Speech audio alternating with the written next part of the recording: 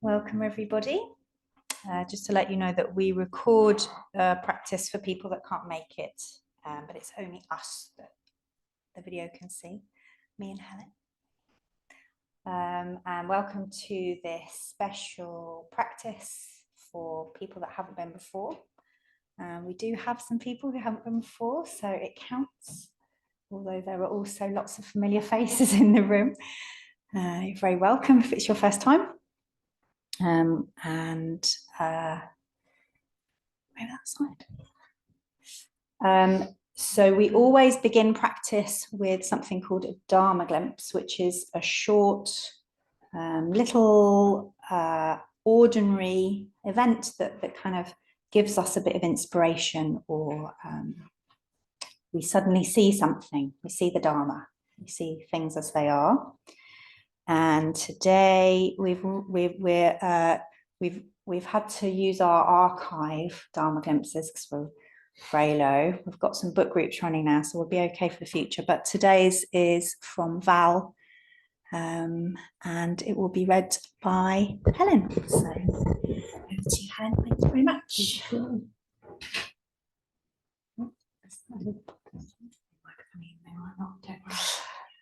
Dharma glimpse by Val.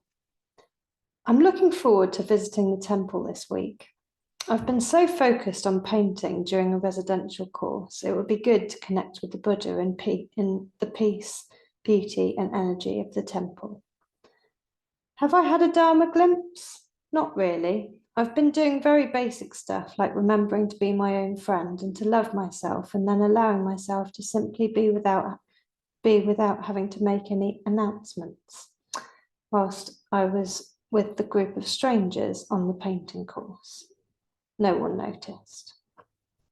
I simply allowed myself to drop a barrier of criticism towards them and towards me, and quietly sat without judgment, allowing me to be me and them to be them. And for a while there was a heavy weight lifted, and I knew I was safe.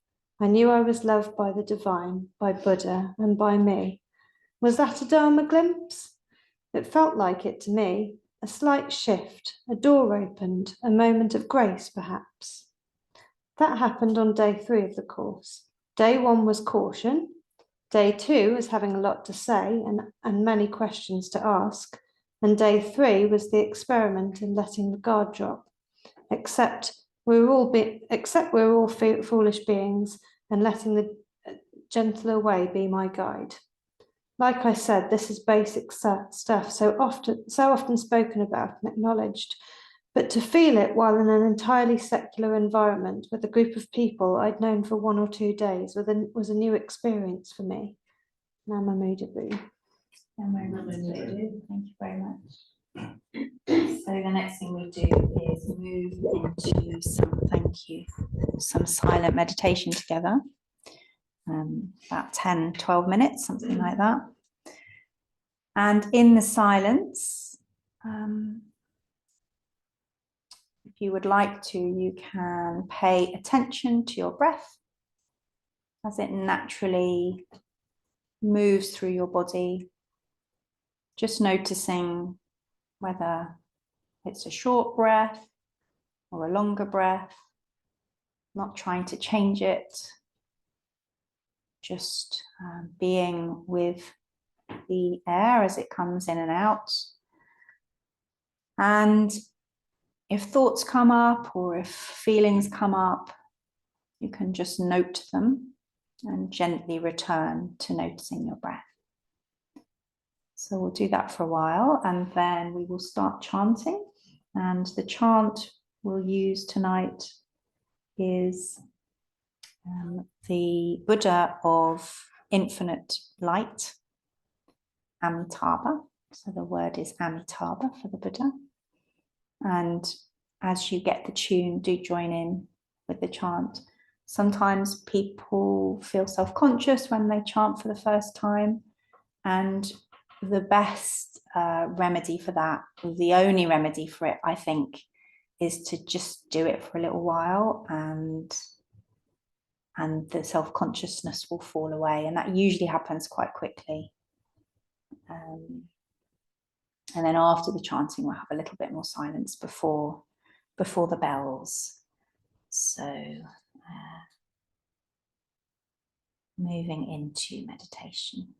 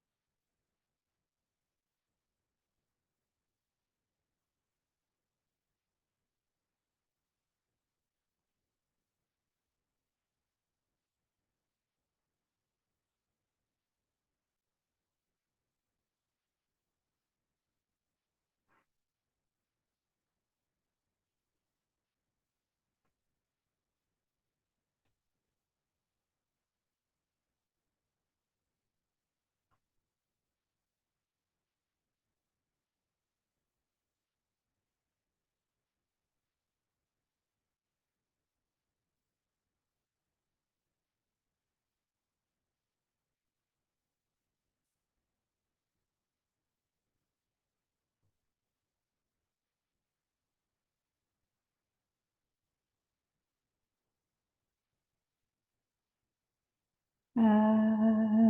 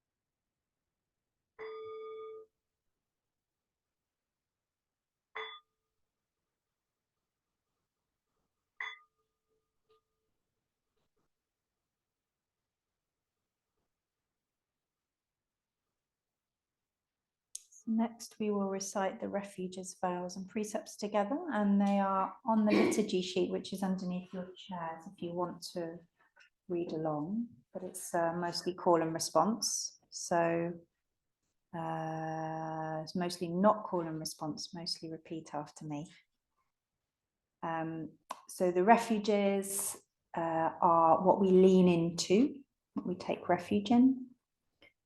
The precepts are the guidelines for trying to live an ethical life, that we're moving in that direction.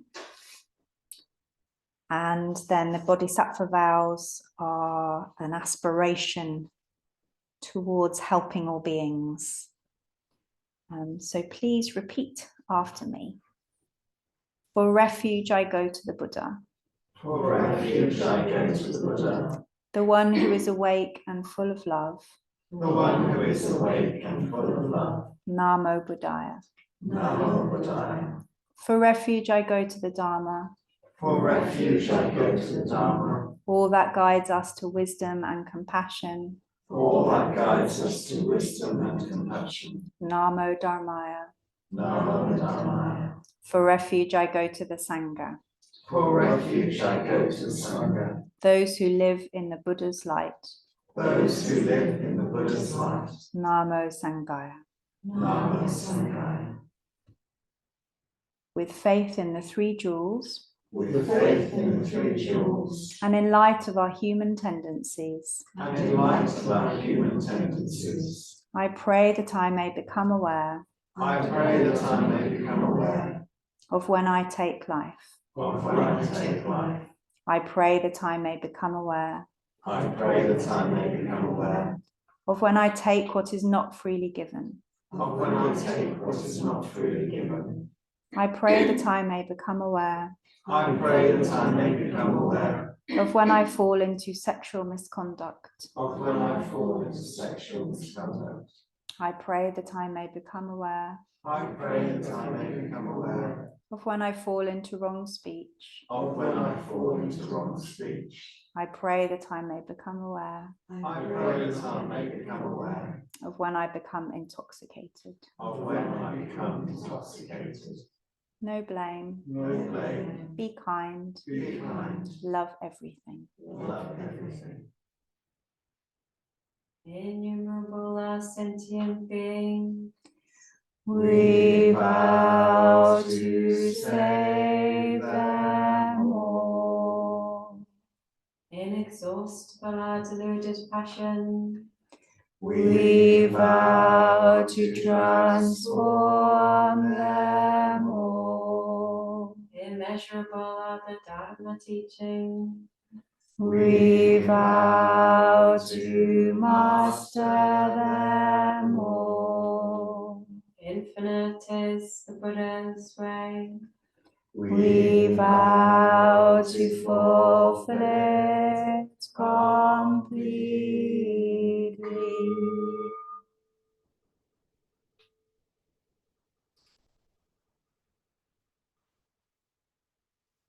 So welcome also to Anna, who's joined us on Zoom.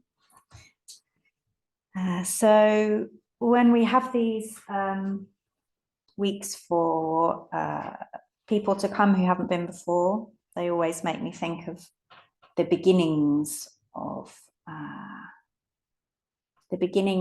connecting with something new like this. And 34 people on Facebook said that they might come tonight, new people, and 2 did,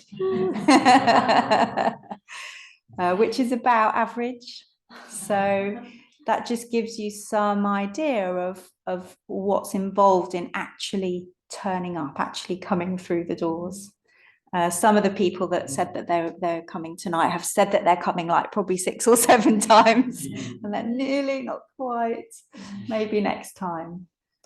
And why is that?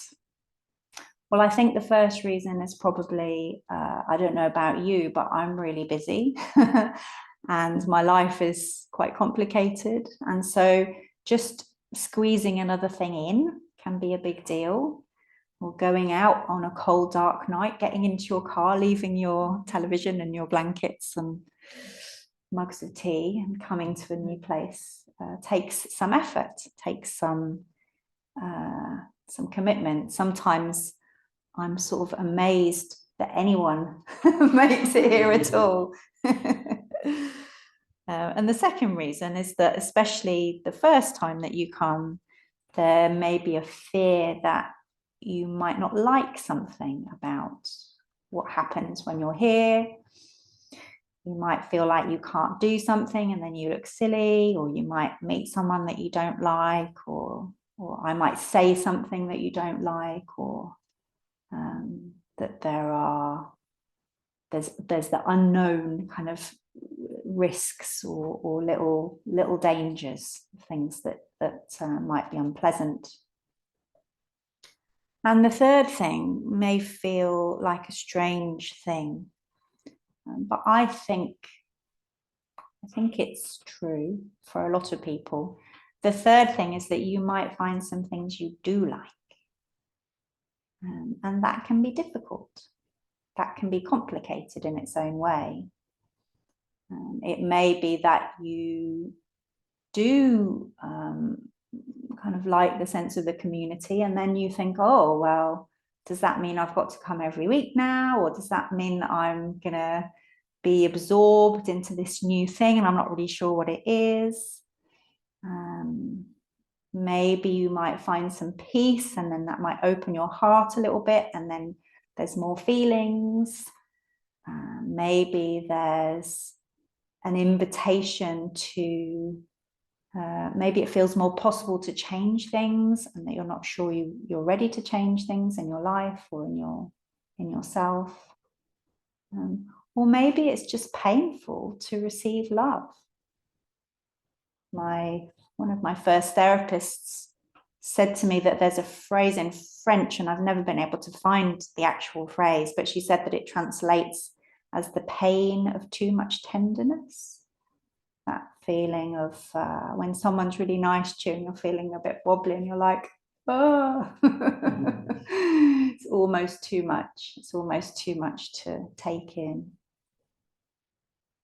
And I think that is also a possibility when you step into a space like this, that you feel that people are kind to you, or you hear about the Buddha who loves us, the Buddha who loves us just as we are. And Amitabha Buddha, who we chanted to just now, is especially known for accepting people just as they are. Really sees inside us and knows about all the most prickly, difficult bits of us and accepts all of them just as they are. And that's quite a big deal to even imagine being possible. So one of the questions I sometimes have is, how can we help people to make those steps to get in the door? Because I really believe that we've got something really precious here. And the people that have been here before, hopefully I'm here because they know that there's something really precious. And the other thing that happens often when you get this precious thing is you want other people to have that precious thing. You're like, have some of this. It's really helped me. It's really changed my life. How can we help people to get a taste of that? And we can make events on Facebook and we can invite lots of people and we can write and say, it would be lovely to see you. And sometimes people write back and say, yeah, see you later. Or sometimes they're like, oh, that's too much, too soon. So all we can do is open the doors and be welcoming and trust that people will find their way here or not. And that when people arrive, they will find a way of latching on or not.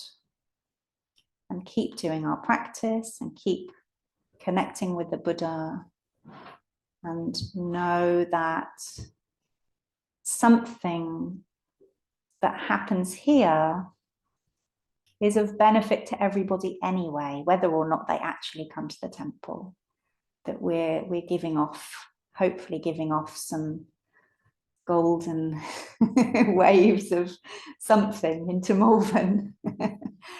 And that sometimes people might just kind of peer in through the window and get a little, ooh, what's going on in there? Feels nice, something feels nice. And we do that if we keep doing our own practice and keep finding our own seat, our own ground, then that also impacts all the conversations we have. And maybe we're slightly less impatient or we're slightly more forgiving of ourselves. So that's what we're all engaged with here in various ways, is building that connection between us and the Buddha, or whatever the word is that you use for the Buddha, and trusting that that ripples out. Namo Mita Bu. So we will stand in a second and make prostrations to the main shrine. If your body is able to, do join us and go all the way to the floor. The chant that we use is Namo Amida Bu. Amida is Amitabha in a different language. And making prostrations, we can talk about that in lots of different ways, but tonight I'll just invite you to experience it as a way of just letting go of everything that you want to let go of.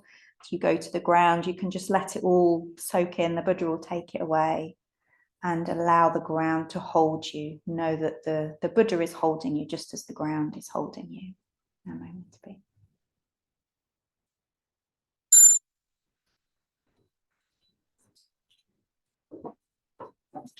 So just point towards the shrine and make sure you've got a bit of ground in front of you. Namo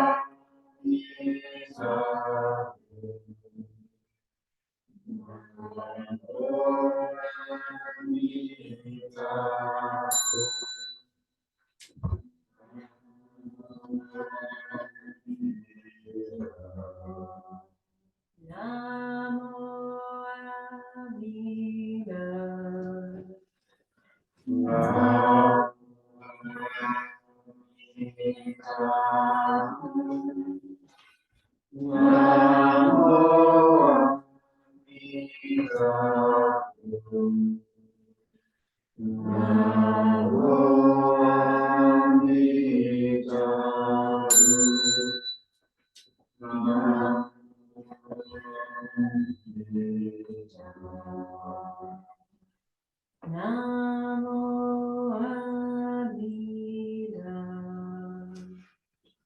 Namo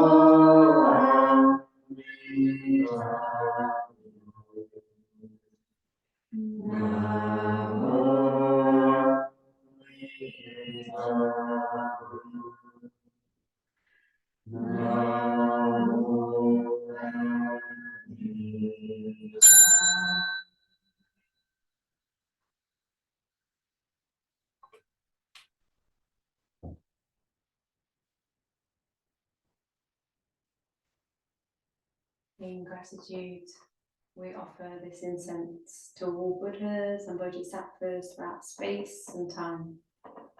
May it be fragrant as the earth herself, reflecting our careful efforts, our wholehearted awareness, and the fruits of understanding slowly ripening. May we and all beings be companions of Buddhas and Bodhisattvas. May we awaken from forgetfulness and realize our truth. So do return to stand at your seats. Now we always finish practice by first bowing to each other to show our gratitude to each other for being here, having someone to practice with. Chanting sounds better with more than one voice. So when Angie rings the bell, I will bow to Angie, Cass will bow to Helen, B will bow to Rodrigo, and you three have to work something out. And then turn around to the opposite direction and bow to the person that's not there.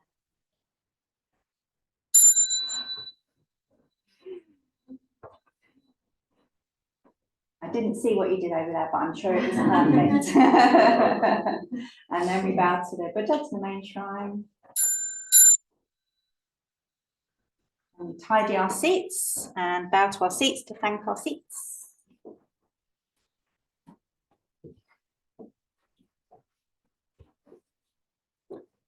So we always have a cup of tea after practice. If you'd like to join us, you're very welcome.